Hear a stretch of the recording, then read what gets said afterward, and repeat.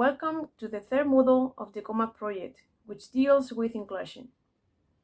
The most important challenge in education is how to deal with differences.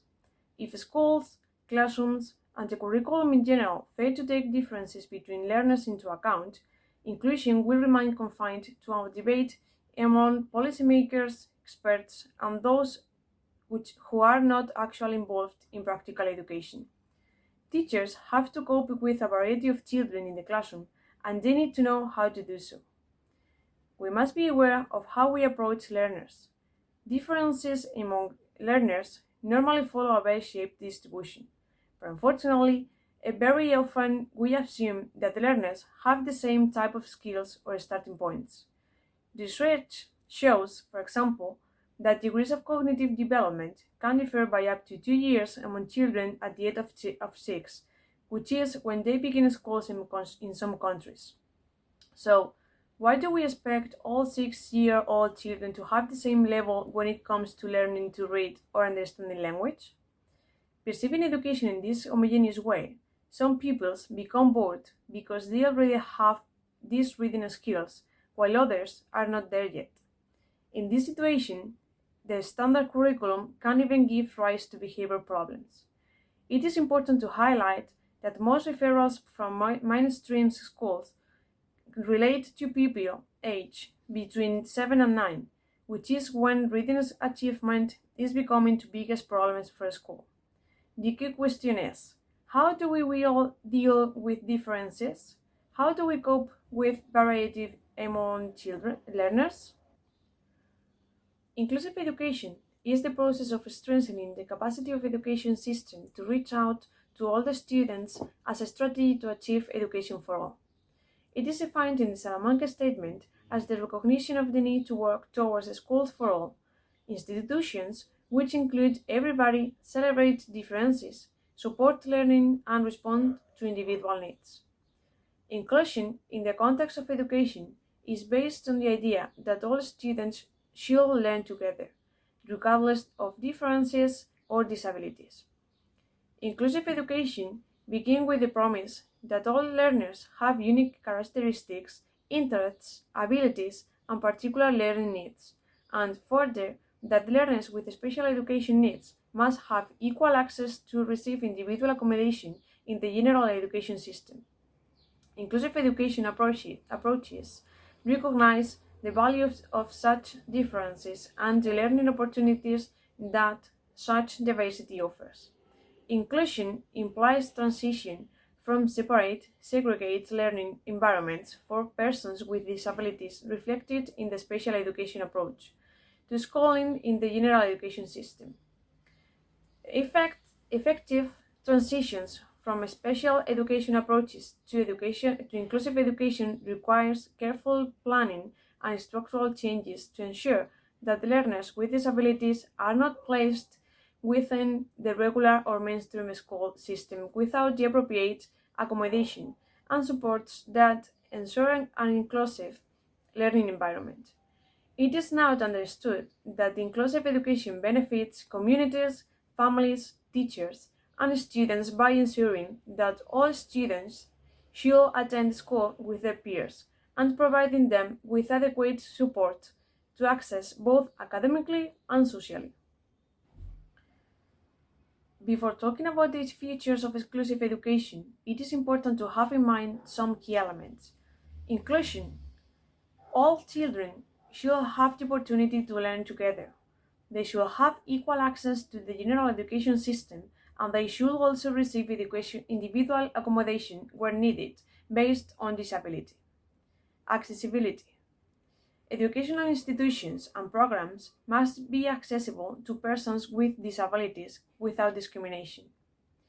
Non-discrimination and reasonable accommodation in education requires that education must be accessible to all persons, including the most vulnerable persons with disabilities. Physical accessibility as applied to education means that schools must be within safe physical reach and they must be accessible for persons with disabilities, both in terms of getting to the school and moving around within the school building and all facilities.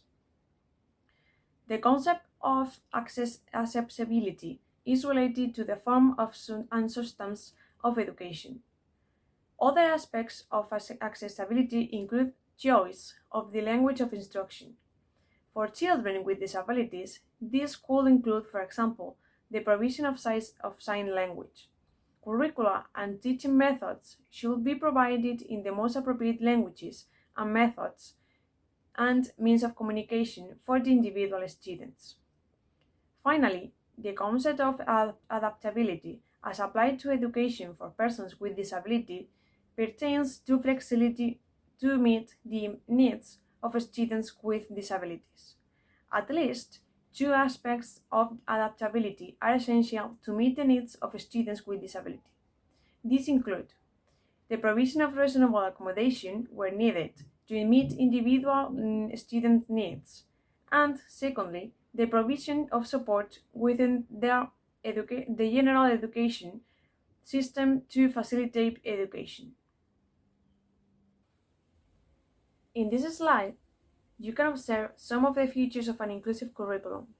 It reflects the kind of society to which we aspire in terms of demands and expectations and define the role of education in society. The curriculum development should be a continuous process closely interviewed with social inclusion. It should address and incorporate national, local, and learner diversities, helps to foster a comprehensive citizenship education, promote a balance between global, national, and local expectations, realities, and needs, reflects diversification of models of instruction and learning materials, fosters appreciation of diversity and tolerance by incorporating principles of non-discrimination, discusses education for sustainable development, presents learning material that reflects a diversity of viewpoints and representation, provides for a wide range of learning opportunities and variety of learning activities, presents learning activities that promote interaction, collaboration, and shared reflection among learners. And finally, it provides for assessment tasks free of culturally and gender-based examples.